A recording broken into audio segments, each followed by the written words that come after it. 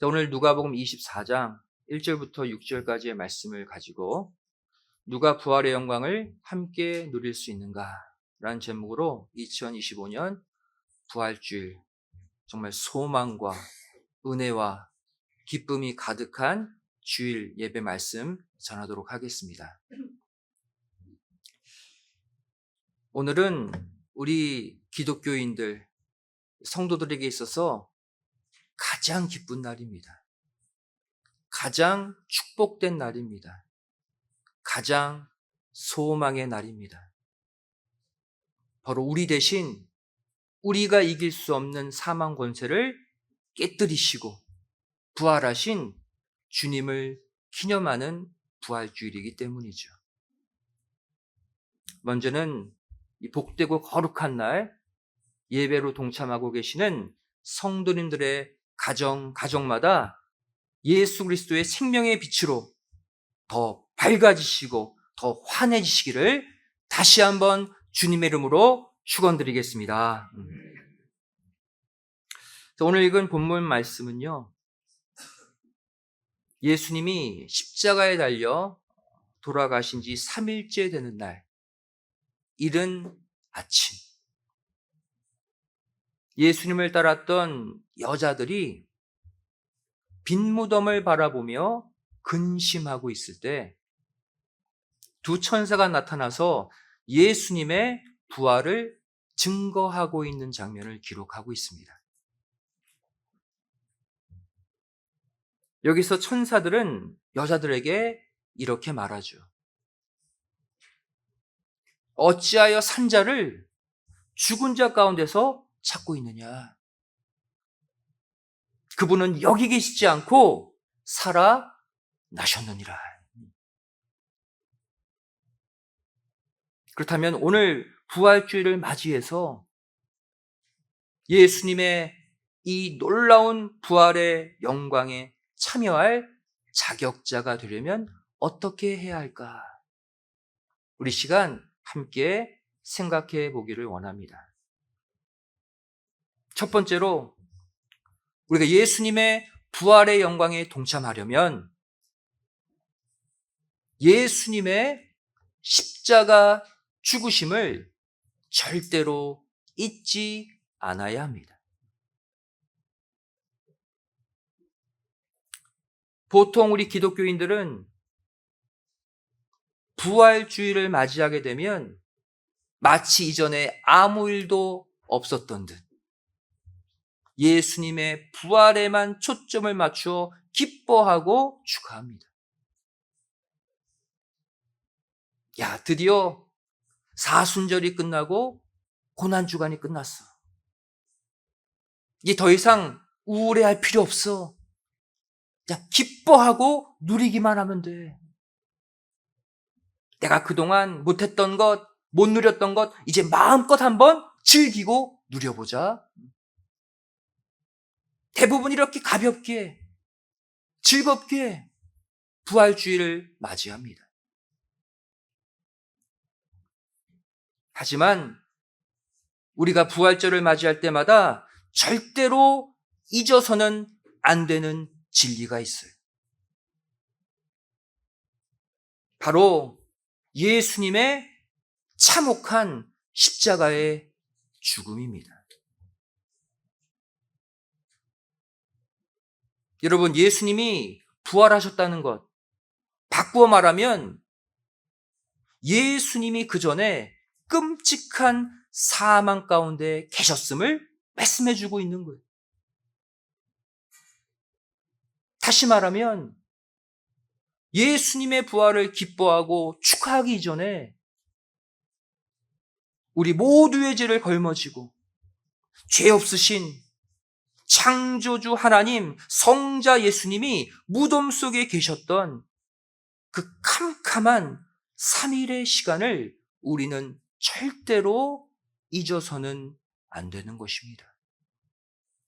예수님의 죽음이 없으면 예수님의 부활도 없는 거예요.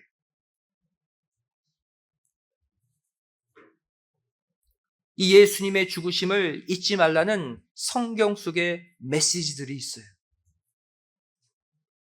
첫 번째 무엇입니까? 예수님은 손의 못자국과 옆구리의 창자국을 그대로 가진 채로 부활하셨습니다. 창자국, 못자국이 없어지지 않았어요. 요한복음 20장 19절 20절 말씀 보시면 이날 곧 안식 후 첫날 저녁 때에 제자들이 유대인들을 두려워하여 모인 곳에 문들을 닫았더니 예수께서 오사 가운데 서서 가라사대 너희에게 평강이 있을지어다. 이 말씀을 하시고 손과 옆구리를 보이시니 제자들이 주를 보고 기뻐하더라. 여러분, 예수님의 부활의 몸은 절대로 썩지 않는 몸입니다. 영원히 살 수 있는 영생의 몸이 특별한 몸으로 부활하셨죠. 또 엠마오로 내려가는 두 제자가 예수님을 못 알아볼 만큼 완전 새로워진 몸이었습니다. 그렇다면 영광된 부활체로 나오셨는데 그 끔찍한 손에 있는 대못 자국과 옆구리에 커다란 창자국 이거 지우시고 영광스럽고 깨끗한 몸으로 부활하면 얼마나 좋습니까?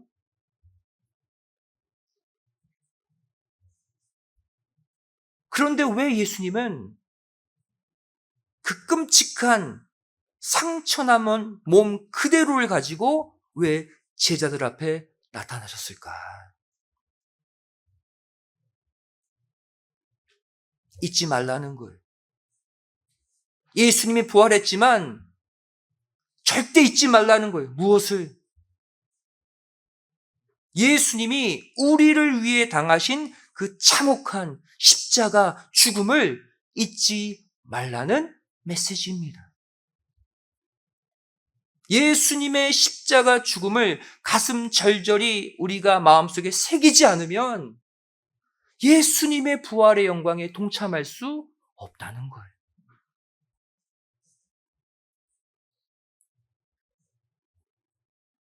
현재 성공이 너무나도 기쁜 나머지 과거의 고생을 잊어버리는 사람은요, 과거에 겪은 그 고통을 또다시 겪게 되어 있습니다. 내가 힘들게 하나님을 믿고 내가 고생해서 말씀받았던 그때를 잊어버리는 순간 현재의 영광도 현재의 기쁨도 한순간에 잃어버릴 수 있다는 거예요.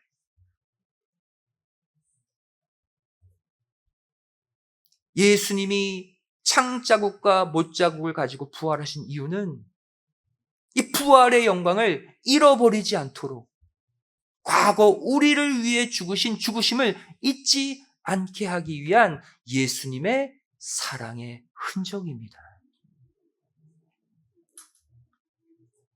부활하신 주님이 이 십자가의 상처를 가지고 제자들을 만나주신 결과 제자들에게 어떠한 일이 일어났습니까? 이후에 성령을 받은 제자들이 예수님의 부활만 증거한 게 아니에요. 주님의 그 참혹한 십자가 죽으심까지 확실하게 뼈저리게 증거하는 십자가의 사람들이 된 것을 볼 수 있습니다. 성령 강림 이후에 베드로의 설교 내용 보세요. 사도행전 2장 36절 말씀 보시면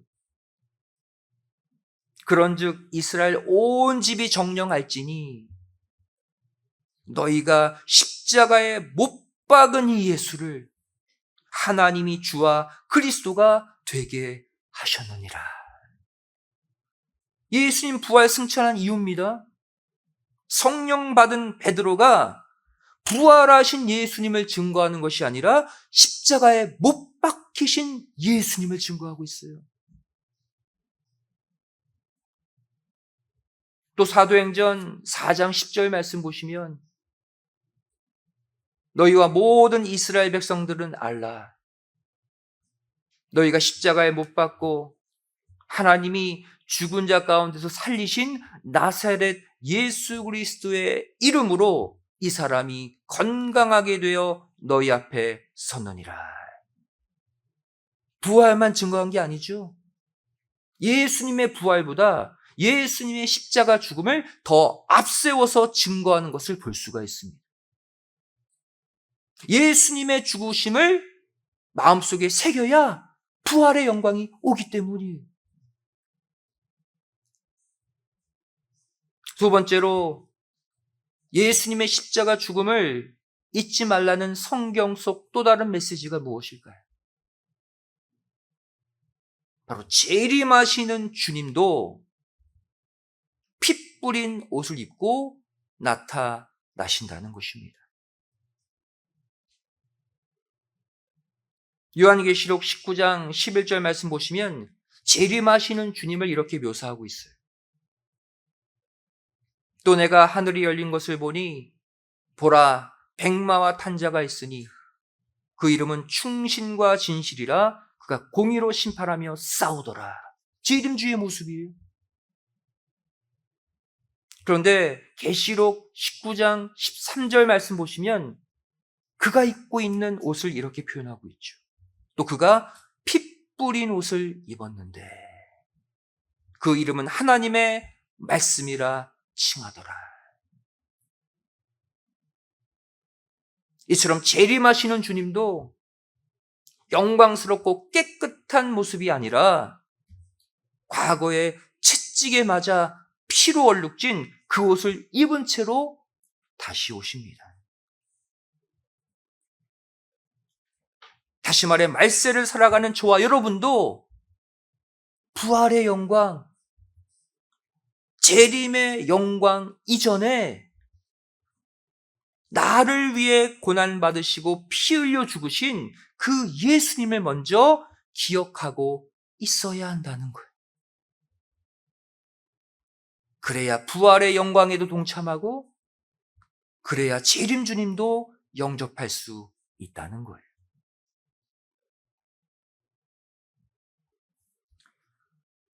주님이 부활하신 영광의 아침을 맞이하고 있는 저와 여러분 모두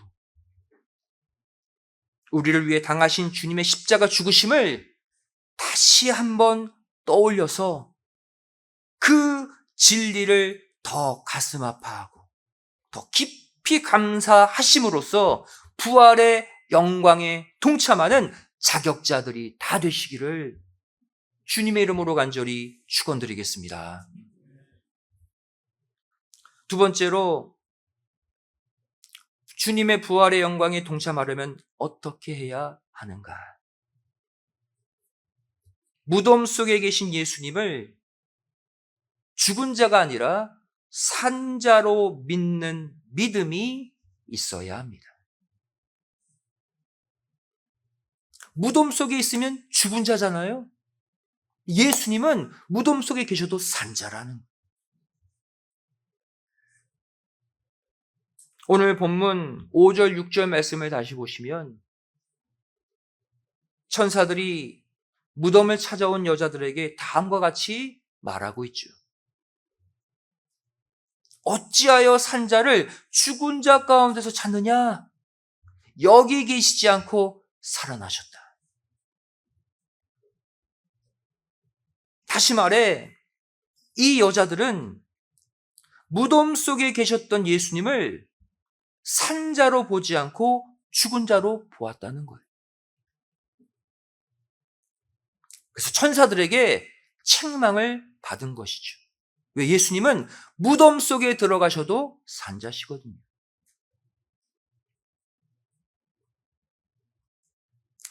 일반적으로 시체, 죽은 몸을 뜻하는 헬라어는 프토마라는 단어를 씁니다. 프토마.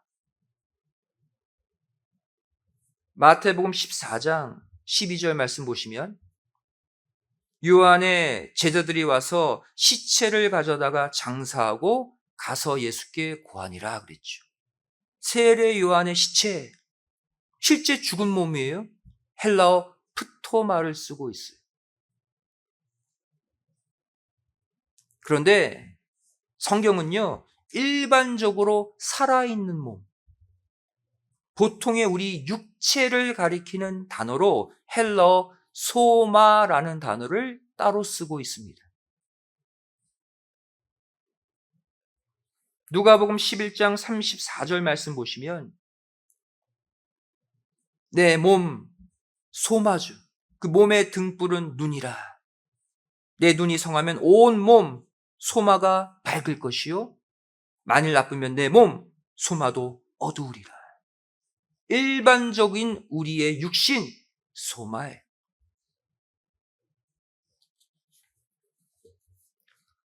십자가에 달려 운명하신 예수님을 당시 모든 사람들이 죽은 자라고 생각했죠. 그리고 거들떠 보지도 않았어요. 심지어 예수님이 죽자 제자들도 다 가버렸습니다. 하지만 아리마대 요셉은 빌라도에게 당돌하게 예수님의 그 몸을 달라고 요구합니다. 왜? 아리마대 요셉은 예수님의 몸을 바라보는 시각이 달랐기 때문이에요. 마가복음 15장 43절부터 45절 말씀 보시면 아리마대 사람 요셉이 와서 당돌이 빌라도에게 들어가 예수의 시체를 달라 하니, 한글개역 성경은 시체라고 번역하고 있어요. 이 사람은 존귀한 공회원이요 하나님의 나라를 기다리는 자라. 빌라도는 예수께서 벌써 죽었을까 하고 이상히 여겨 백부장을 불러 죽은 지 오래냐 묻고 백부장에게 알아본 후에 요셉에게 시체를 내어 주는지라. 여기서 시체라고 기록되어 있죠. 그런데 아리마대 요셉의 멘트 가운데 나오는 예수님의 시체를 달라 하니, 이 시체라는 단어가 헬라어 소마를 쓰고 있다는 사실이에요. 소마는 뭐라고 그랬어요? 살아있는 몸, 일반적인 육체를 가리키는 단어입니다. 즉 아리마대 요셉은 빌라도에게 예수님의 살아있는 몸, 소마를 달라고 요청한 거예요. 반면 빌라도의 입장으로 가서 빌라도가 요셉에게 시체를 내어주는지라. 여기서의 시체는 헬라어 프토마를 쓰고 있어요. 죽은 몸, 시신을 가리키는 단어죠. 즉 빌라도는 예수님의 몸을 죽은 몸 프토마로 여기고 내어준 거예요. 똑같은 예수님의 몸인데 왜 어디는 소마를 쓰고 어디는 프토마를 썼을까요? 다시 말해 십자가에 달려 운명하신 예수님의 몸을 믿음의 사람 아리마대 요셉은 여전히 살아있는 몸으로 바라본 반면 불신자 빌라도는 이미 죽은 몸으로 바라보았다는 겁니다. 2000년이 지난 오늘 부활주의를 맞이해서 부활하신 예수님이 이 땅을 떠나고 안 계신 것이 아니라 헬라어 소마의 모습으로 여전히 내 삶에, 내 가정에, 내 자녀에, 내 직장, 사업체에 살아 역사하고 계심을 꼭 믿으시기 바랍니다. 그 날마다 살아계신 소마의 상태로 우리와 영원히 동행하시는 예수님과 함께하는 축복된 삶을 살아가시기를 주님의 이름으로 간절히 축원드리겠습니다. 이제 말씀을 정리합니다. 예수님의 부활이 예수님의 죽음을 전제로 하듯이 오늘날 우리가 이 부활의 영광에 동참하려면 우리 또한 먼저 죽어야 합니다. 먼저 내가 죽는 자가 예수님의 부활의 영광에 동참할 수 있어요. 고린도전서 15장 31절 말씀 보시면 사도 바울이 이 진리를 깨닫고 이렇게 고백하죠. 형제들아, 내가 그리스도 예수 우리 주 안에서 가진 바 너에게 대한 나의 자랑을 두고 단언하노니 나는 날마다 죽노라.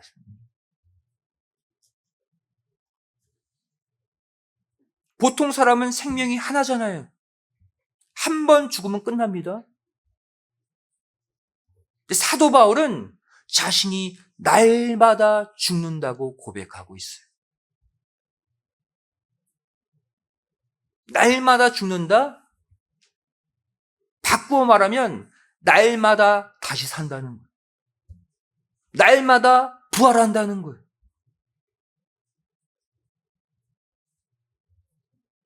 이렇게 우리가 날마다 죽고 날마다 다시 사는 원리에 관해서 사도 바울은 다음과 같이 설명하고 있어요. 갈라디아서 2장 20절 말씀이죠. 내가 그리스도와 함께 십자가에 못 박혔나니 죽었다는 거예요. 그런즉 이제는 내가 산 것이 아니요 오직 내 안에 그리스도께서 사신 것이라.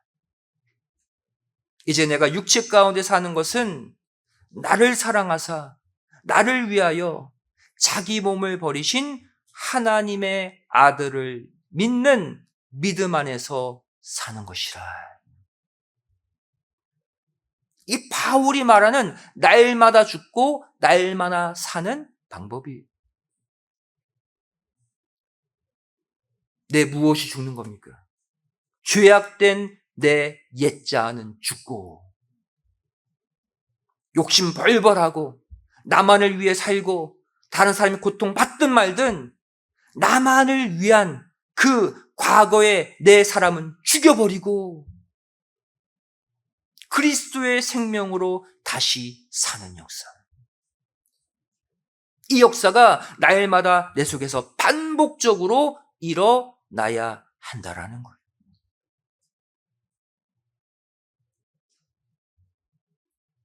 날마다 부활하려면 전제가 뭐예요?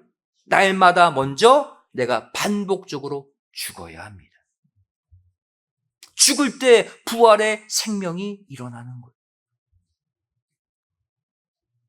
여러분, 이제부터 매일 아침 일어나서 나를 죽임으로 하루를 출발하세요. 끔찍하다. 끔찍하게 생각하지 마세요. 날마다 내가 죽는 것 잠깐 아플 수는 있습니다. 하지만 얼마나 좋은 건지 몰라요. 여러분, 내가 날마다 살아서 뭐 한다고 해보세요. 됩니까? 일이 술술 잘 풀려요? 내 탁월한 능력으로 해냅니까? 하는 것마다, 계획하는 것마다 뭐 하나 잘 되는 게 없죠.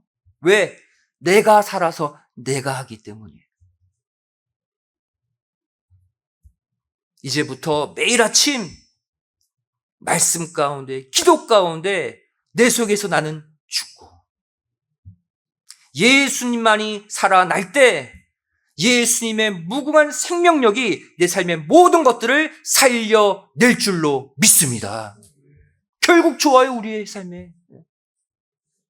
2025년 부활주일 이 아침 이 말씀 듣는 순간부터 사도 바울처럼 나는 날마다 죽노라 외치시면서 부활의 신앙으로 힘차게 다시 사셔서 날마다 내 생명이 아니라 예수님의 능력의 생명으로 죽어가는 여러분 모든 것들이 다 부활하는 복된 인생들이 다 되시기를 주님의 이름으로 간절히 축원드리겠습니다. 기도하시겠습니다.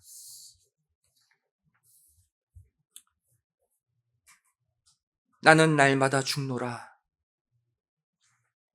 내 욕심, 내 인생의 모든 이기적인 마음들, 남을 미워하고 내 것만 챙겼던 그 속된 내 옛자를 날마다 십자가에 못 박아 죽이노라.